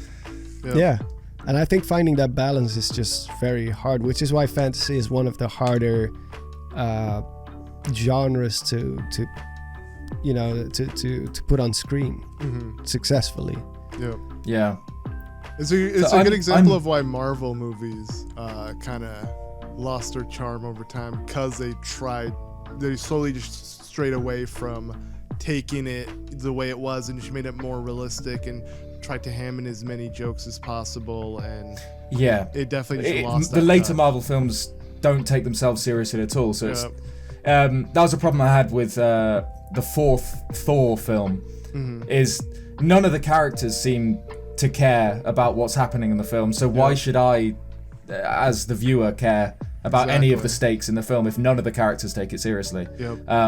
But I really don't think this is a problem we're going to have with Zelda. I think the stakes will be real, and I think they're going to turn up the epic-ometer just enough that it will work, and we'll be able to buy it as a proper fantasy world with a real danger that needs to be stopped. And a lot of that does rely on I mean, I've been saying Ganondorf the whole podcast like it's confirmed that he's the villain, but obviously we know nothing about this film, or it wouldn't be a Zelda movie without it, though. Like, right? I feel like it it's has a safe to be Ganondorf, bet. surely. Yeah, it's definitely a safe bet. Because Ganondorf is the interesting one. He's the the manipulator. He's gonna surprise the audience, whereas I mean, Ganon does do a bit of manipulating, especially in like A Link to the Past, but it's a Ganondorf thing to kind of try and play Link against himself, if that makes sense. And it wouldn't be that menacing. Some real Ganondorf. What, Pig Ganon wouldn't be menacing. If it's just like big bad giant monster, like we need something humanoid, actual speaking, it needs to be like that. That's what really brings the character to life, seeing the human traits in him. I think when you just go for big bad guy, obviously, hopefully he transforms later on. At the end, if he transforms, I just want to see a solid transformation scene, one that looks like it's almost painful in a way, Yes, yeah. Like a werewolf transformation where they, it seems really, really awful. Yeah. Something like that would be pretty epic. I cannot imagine them doing a movie without Ganondorf though, because it's like it's the Zelda villain. Yep. Exactly. Yeah. It would be like if they did, a Mario movie and it had without Bowser. Yeah. I'm trying to think of another. Wart. There you go. The frog. Yeah. If it had the guy who's in like one game. Exactly. Yeah. Or the little alien from Super Mario Land or something like that. It just wouldn't work. It needs to be, if it's going to be a Zelda film, it needs all the big Zelda elements. It needs to have the Triforce. It needs the main three. Yep. It needs Impa needs to be set in Hyrule. Taking care of Zelda. Exactly. Yeah. Which I'm sure we'll get. I'm sure they're going to play it safe in that regard, because they've shown that they will take risks. Live action in itself is a risk. Animation would definitely have been the safer choice, I think. But I think they're going to play it safe on elements like that. The things that make it Zelda will still be in the film. I'm absolutely certain. Yep. Because on that topic, one thing that I'm really excited for is we're going to get a soundtrack of, beautifully made Zelda remixes and songs. True. Which I really cannot wait for. One thing I'm a little bit worried about is what the I Super don't Mario think they movie will, did. because it's a live-action fantasy film. I don't think they're going to put any kind of pop music in it. Yeah, or, I hope not. Yeah. Oh, please no. Yeah, I really don't. Now it's not animated. Now it's a live-action film. I don't think we're going to get "Don't Stop Me Now" in a montage of Link riding across Hyrule Field. So it's a just great not, example. It's not. I just don't think that's going to happen now. No, I don't think so. Thankfully. No, I'm just so happy that we're gonna get this opportunity. I know some people are immediately like jumping to the negative side of it. Oh, it's gonna suck. It's gonna ruin Zelda. I was like, no. First of all, no, it's not gonna ruin Zelda. The games are still gonna be there. Did Doom fail because the Doom movie was terrible? No, Doom is better than ever now. Resident Evil. Resident Evil has even survived. Sonic, there's so many movies they didn't alter the gaming space for it at all. It's separated. No. Yeah. But as fans of this IP, we should be happy that we are getting the opportunity. In your lifetime, you're gonna experience a Zelda movie on the big screen, and if it's bad, it's bad. Too bad. At least they gave it a shot. I'm always more of a guy when it comes to new stuff, where I'm like, we should at least try it before we say no. Yeah. The more the merrier. At the end of the day, it's if you're a fan of the content, why not? Even if it didn't hit, it's not. You're not gonna lose anything. It's just something more to consume. Exactly. Yeah. Either we're surprised and we get an amazing film, or doesn't matter. It wasn't a great film. Play the games instead. You can't lose. Yep. Yeah, maybe if it turns out really, really good, there's gonna be more after that, And Zelda, I want the Zelda community to grow. I want more people to appreciate these games, and the best way to do it is to inject it into other parts of media, because not everyone who plays games watches a lot of movies, and vice versa. So I think it would be. I think this is an amazing opportunity for the Zelda IP and for the Zelda community. Yep. Yeah. And again, especially because it's live action, because it has that potential to be absolutely gigantic. If it's a good live action fantasy film, it will be massive. It's just there's a bigger risk taking, going for live action. But if it's good, which is a relatively big if, then it's honestly going to be huge. Yeah, it's going to be bigger than the series ever has been. Exactly, which is just so amazing for the series. And it'll get so many people going back and playing the back catalogue of Zelda games.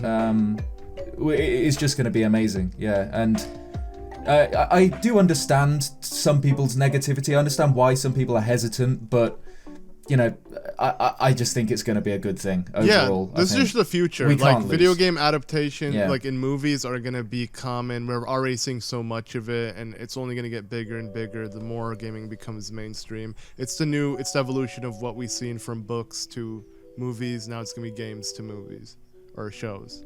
Yeah, exactly. And I think we're kind of out of the era of video game adaptations always being terrible. Because there was definitely a phase where anytime any game was adapted, it would be rubbish. But like we talked about The Last of Us, which was really good. Obviously, the Mario movie just did exactly what it needed to do.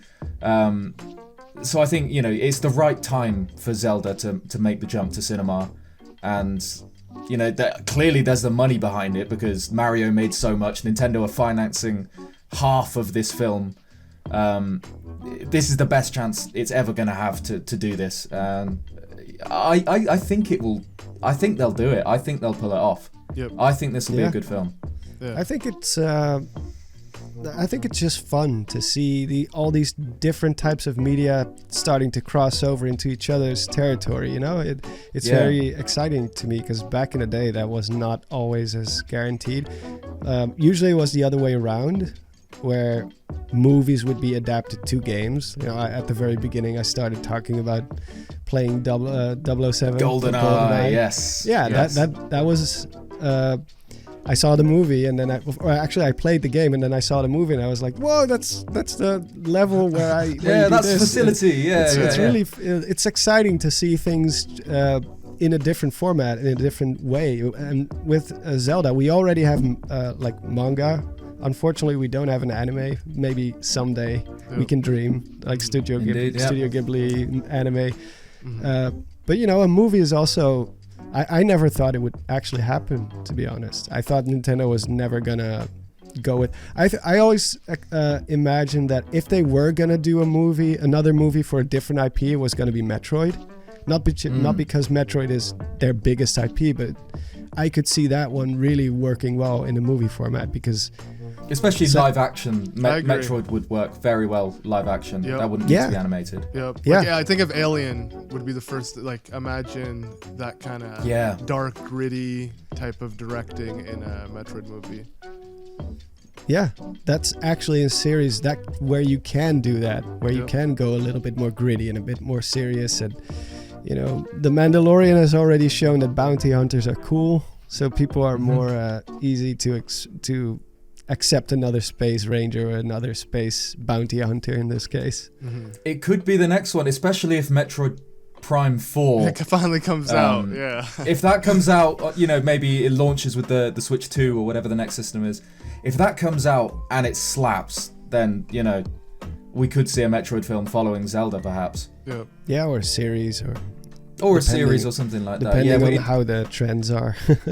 Yeah, but you know, it seems that Nintendo now they're chasing the Yankee dollar with adapting their IPs to film. So yeah, we could see, I don't know, Nintendo Plus streaming services with all sorts of shows on. I don't know, but yeah, it's a crazy time to live in. It's crazy that we're even just sat here talking about a Zelda film that will come and out not in a few hypothetically. years. This is real. This is and not deal. hypothetically. Yeah. It's honestly wild. Yeah, it's amazing. Yeah, because like I said earlier, there's a good chance that more people are going to know Zelda based on this film than on the games. Do you two think that it has a risk of tarnishing Zelda's legacy at all? I know we've touched on that a little bit, and you know the games will still be good, but do you think there's any risk of a bad Zelda film kind of shining a negative light on the whole series, or do you think they'll be kind of completely separate things? Oh, you can go ahead, Dom. I really think so. Oh, okay. You don't think so? I agree. No. I was gonna say the same thing. If Mario can survive the Mario movie from the 80s Right. and the 90s, or even look at Zelda can- CDI, right? Like that didn't ruin it. Yeah. Yeah, well, exactly. Yeah, like ruined. The only thing something can really be ruined is usually most franchises die a slow death. It's almost never that one bad game is gonna completely tarnish or even influence the series moving forward. You know, the Silent Hill died because it just gradually became less and less good, and they kept handing it off to different studios, and it just, at this point, I don't even care anymore. They're doing all kinds of new stuff with Silent Hill now, and I feel nothing. It's been too long, and the series has already been run into the ground, you know? Yep. So Zelda has, like 20 games now, and they're all, pretty much all of them are good. Even the ones that are less popular. Even Triforce Heroes is a fun multiplayer game. If you play it like the way that they intend that you play it, it's still it's still a well-made game. Yeah, high quality, exactly. Yeah. So one movie or one bad game, it's not going to do much. Exactly. People will always be interested in Zelda because it has that status. And I think, and at the end of the quality. day, it's a gaming franchise. The movie won't even put a dent in the game sales or anything. So. Yeah. Yep. What are you guys? I'm actually curious about that. What do you guys imagine for this movie in terms of like scope of the story and adventure itself? Because obviously, in the games, it's mostly just Link by himself inside of dungeons and exploring places. But obviously in a movie you're gonna have to do a little bit more than that. You're also gonna have other characters, and you're probably gonna have scenes without Link in them. Yeah, which is that's going to be very interesting. Yeah, that's kind of one of the biggest hurdles I think that they'll have to overcome, because like you said, the Zelda stories usually they're just kind of an excuse to move Link from dungeon to dungeon to dungeon, and kind of bring the whole game together. Whereas in the film, the story is going to be all there is, because you can't play through the dungeons. I'm really, really interested to see how they do that. I think the scope is obviously going to have to be a lot larger than your average Zelda game. Yep. We're going to have a lot more supporting characters. I think especially Zelda will have a much more active role in the film than she does usually in the games. Oh, 100%. I think perhaps they'll pull from Ocarina of Time and have something similar to Sheik, or play more into Zelda's whole goddess Hylia connections and give her something with that. But I think she's definitely going to have a more active role. Maybe, if she's not with Link for the whole quest, she's definitely going to kind of be intertwined in it. She's definitely not going to be the damsel in distress this time around. With Hollywood standards now, that's not a thing anymore. They can't get away with that. But I think adapting even in the games I've been they can do something different now with that. Yeah, and I think there's so much to draw on in Princess Zelda. She is a lot more interesting than Peach. There's just a lot more to her. She has a lot more abilities, and I think it'll be far easier to make her a believable protagonist, because there's so much to draw on in the games in that regard. Yep. So I think she'll definitely be more involved in the story.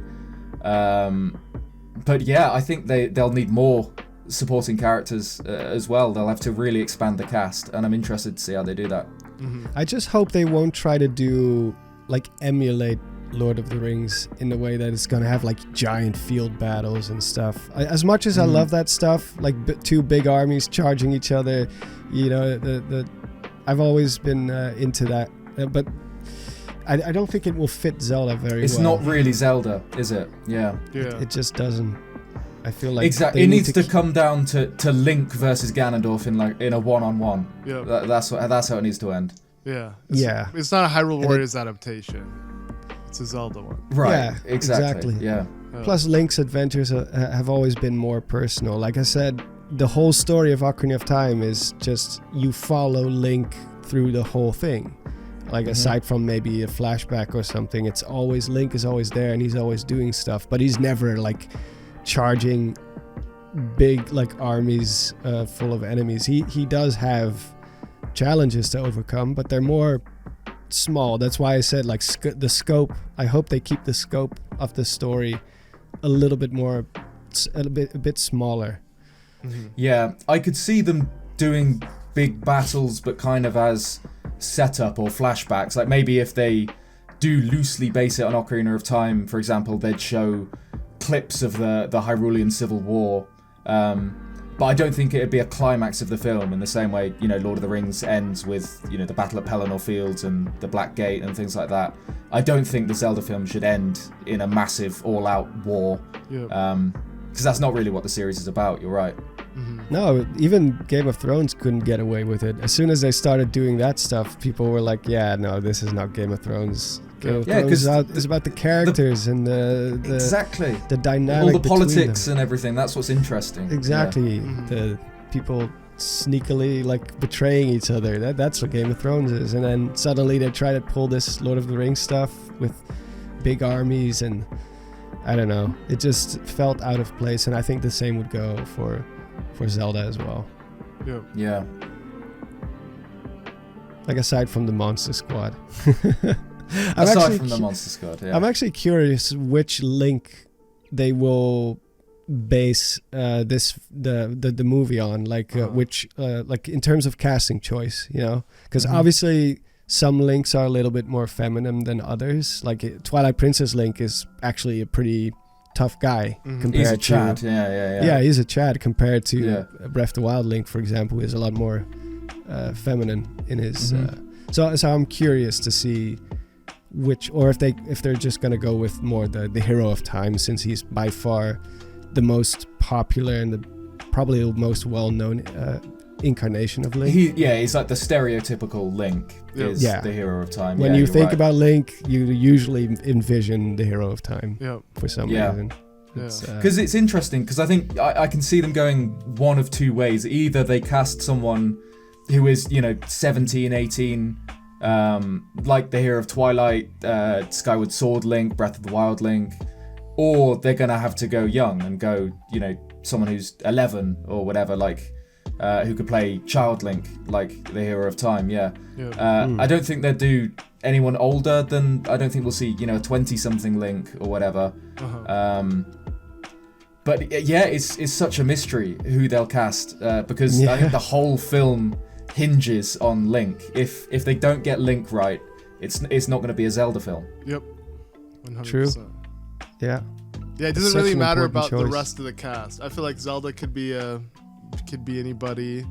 Yeah. Know, same thing with if Ganondorf is the Rock, it wouldn't ruin the film. That would be bad, but I don't think. I know what you mean. Yeah, it I actually like The Rock. I like The Rock, but Yeah, same. maybe not as Ganondorf, but still, it wouldn't ruin the film. I don't think. I But- think with good direction, The Rock could actually do it. He could actually pull it off. Yeah. I mean, he's got the physical intimidation down. That's and he is he's a good a actor. massive guy. Like, yeah. he's Yeah, very. he Yeah, can right. actually act. Yeah. It's just maybe- that he's often typecasted, so Yeah. it's a bit like Adam Sandler. Adam Sandler, everybody always thinks he cannot act, but the guy can act. He just He's doesn't really do good it. in what's it called? Uncut Gems. Yeah. It's Yeah. like a really dark film, and he's good in that. Yeah. He's really good. That was a great film. That was. Just Yeah. very stressful film. Yeah. Right? Yeah. It's Yeah, it still anxiety, had the that movie. Adam Sandler cliche of constant yelling throughout the entire movie, Yeah, which probably yeah, didn't true. help. Yeah, everybody in the movie is always yelling over each other. It's very. That's why I said it's like an anxiety. The movie, Yeah. Yeah.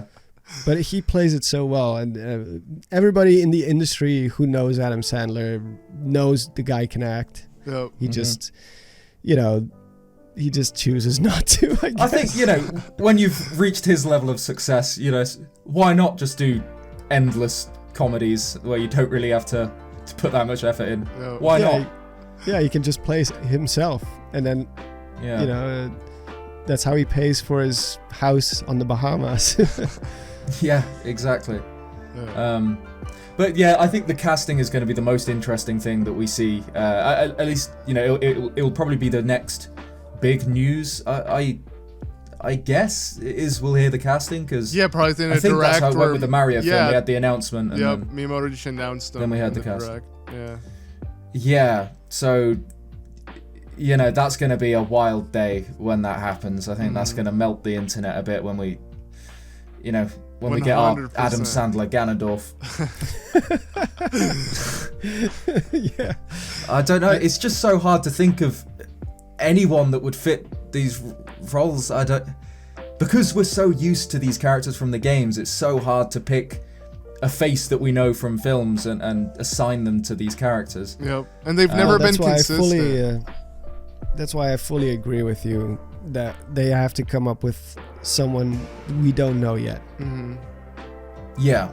Yeah, because when you Exactly, look at 'cause I Elijah think- Wood as Frodo, it's it was perfect, and sadly Yeah. you can't see him as anything but that. But it's if they get someone like that, that kind of innocence, just young, you've never seen before type person for Link, it would just be so easily digestible. You wouldn't really question it at all.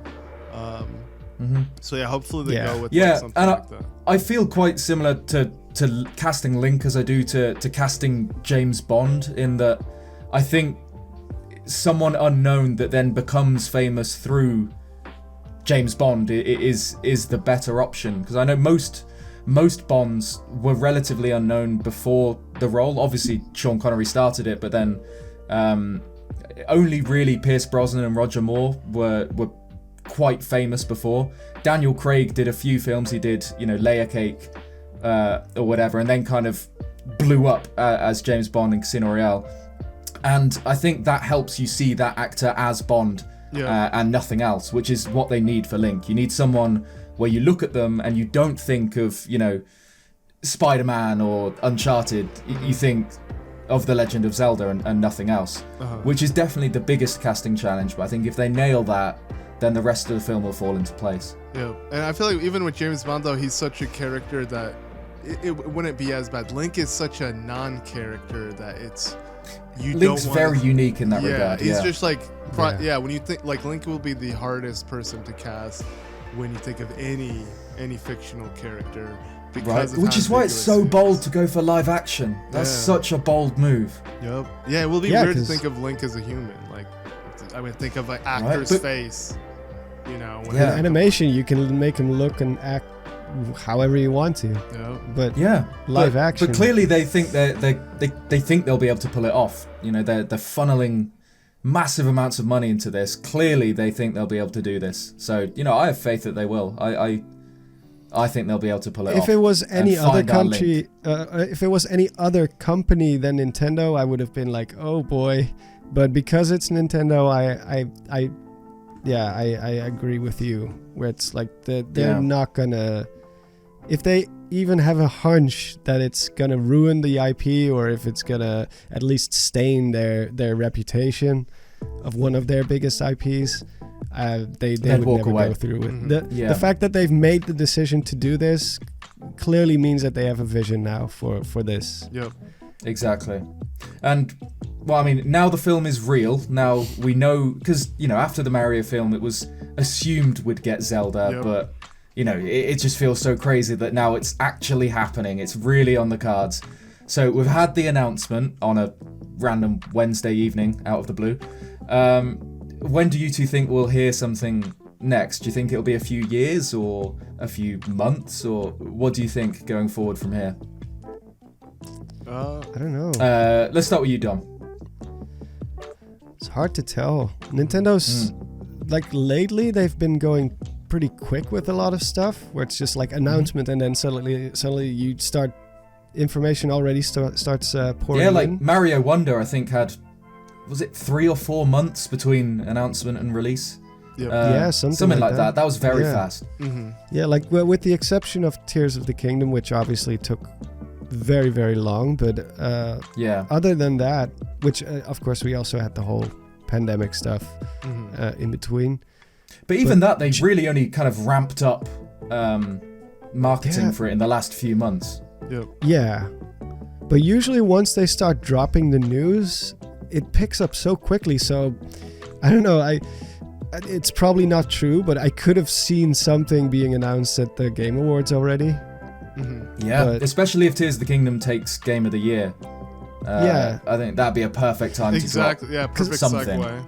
Yeah, because it just doesn't really make sense that he would, like, Miyamoto would allow this news to come out and like voluntarily come out, and then but it's still, they're like 6 years away from seeing the actual movie come to life. They must have something in store to show us if they're gonna announce it like this.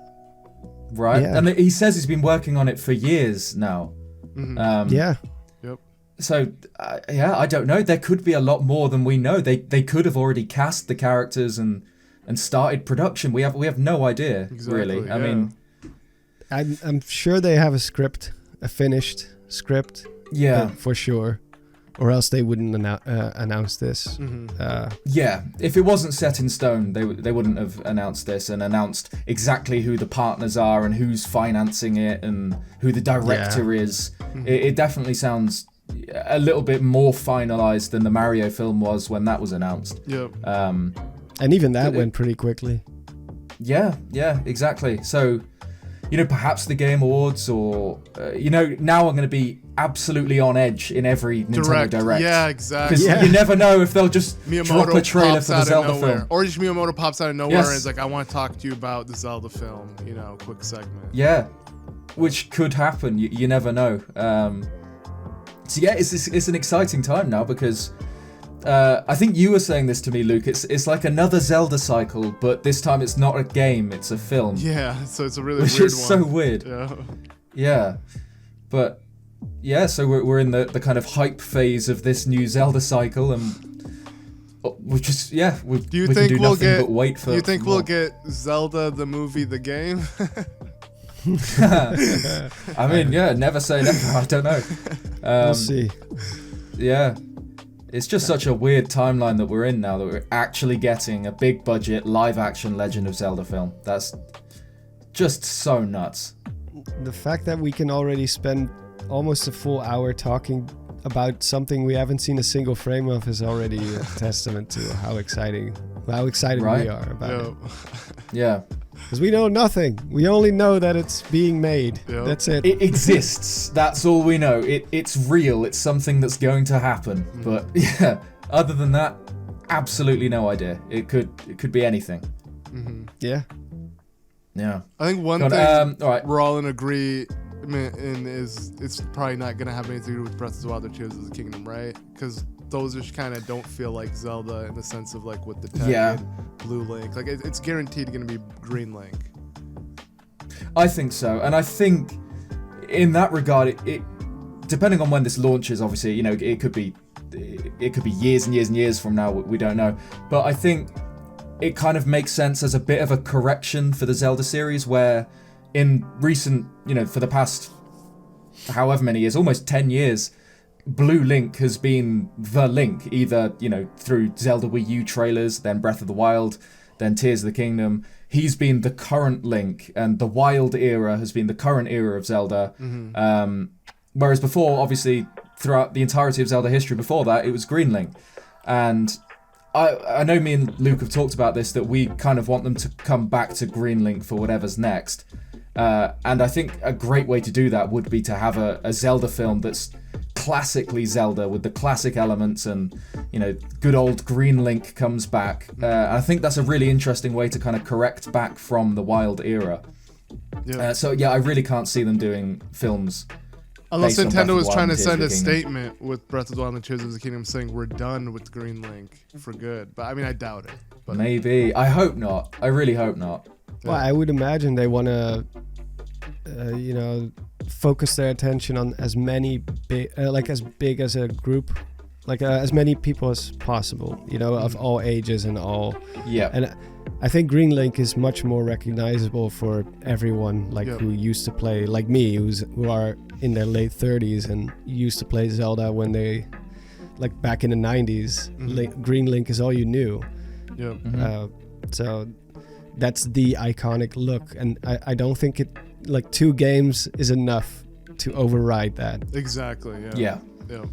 So I think the main focus is going to be try to appeal to as wide of an audience as possible. So the Green Link makes more sense. Yep. What do you two think about kind of what fan service we'll get? Because obviously Mario was absolutely packed with references to all the old games, and you know, you couldn't go 10 seconds in that film without being the Leonardo DiCaprio pointing meme. What do you think about a Zelda film? Because personally, I would like to see some, you know, callbacks that only Zelda fans will notice, but I don't want the whole film to just be relying on kind of Zelda's legacy. I do want it to stand by itself and be a great film in its own right. Yeah, what are your 2 opinions on kind of the amount of fan service we'll see? Okay, go ahead, Luke. Okay. Well, yeah, no, the Mario movie definitely was littered, but I feel like it'd be a lot harder to deliver that kind of fan service in a live action movie. So I feel like what we would get is like very subtle things, like maybe Link whistles and it's like the beginning of a Epona song to like call Epona or something, and Yes. or like, Yeah. you know, maybe you'll see a Korok in the distance or stuff like that. But I don't really see it. Like it's gonna be really hard to deliver certain cliches and things you see in the Zelda series through live action, which is exciting because, like, you know, they won't rely so heavily on the games. They're gonna have to kind of interpret their own way of telling the story, but I don't know. Do you think we'll hear the secret sound if Link does something clever? That'd Maybe be weird. just kind of That'd be blended into the music. You get a little do. I guess, but I think that'd be great. That'd still be kind of weird. It would be very weird. It's Yeah. like, who the heck is playing the piano in this place? Yeah. Like, I think the music itself, just the music and the characters are already gonna be reference enough. Yep. Yeah. Like maybe they'll put in like you said as an example, like a little song here and there, or a character in the background, or I couldn't tell you because we have no idea what We don't know. We've never structure seen this movie is gonna Nintendo follow. Yeah, Nintendo's never done a live action where they're fully in control, or at least they have half the control like this. Yep. So it's like, yeah, we don't know what Nintendo has envisioned for a live action movie to begin with, which is still so exciting to think about, because everything Nintendo, I mean, don't get me wrong, Nintendo has their issues and flaws, but for the most part, Nintendo's very consistent on really good, high quality things. They, never really waver in that sense. So it's like seeing them in a live action movie sounds insane. Especially when recently we've had so many horrible live action adaptations. Disney's a great example of like how they just always miss the mark. Yeah. Yeah, they just don't get it anymore. Yep. It's really weird. Mhm. It's Yeah. I don't know if it's like something internally inside the company that's going wrong, or if they just don't have the talent. Yeah, I feel like it's Anymore. Something's going wrong when a company like Disney kind of makes flops. Who has more resources and whatever than Disney? Yep. Yeah. If they can't make films that make money, who can? Well, I mean, the answer is everyone else apparently. It but shows that money they is don't not seem to be able to the- do it at the moment. Yeah. It just shows that money is not the be all end all, but also just Yeah. weird business decisions where they will fund, like the funding for one series or movie is going to be way less than another one. Mm-hmm. Like the Obi-Wan Kenobi series, that they really didn't give a lot of funding to that one, but everyone was excited. That was probably the most excited people were, because they were bringing back two legacy characters Yeah, you bring back at the same time. Hayden Christensen's Anakin comes back, which so many That's people are excited huge. for. But yeah, it's Yeah. absolutely massive. Yeah. Having these two back, and then they like, compared to the Mandalorian, that series had such a low budget, and it's weird to me. It's Yeah. why would you? Who makes that decision?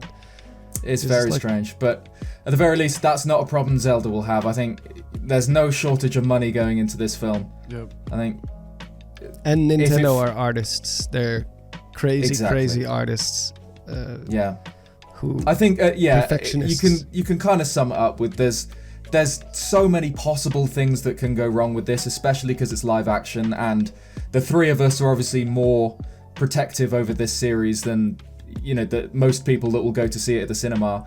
But I think we can be confident in the fact that Nintendo are kind of taking the reins. They're going to be so involved in this film, and like we've said a few times, they're not going to put a bad Zelda film out, I don't think. Yep. yeah.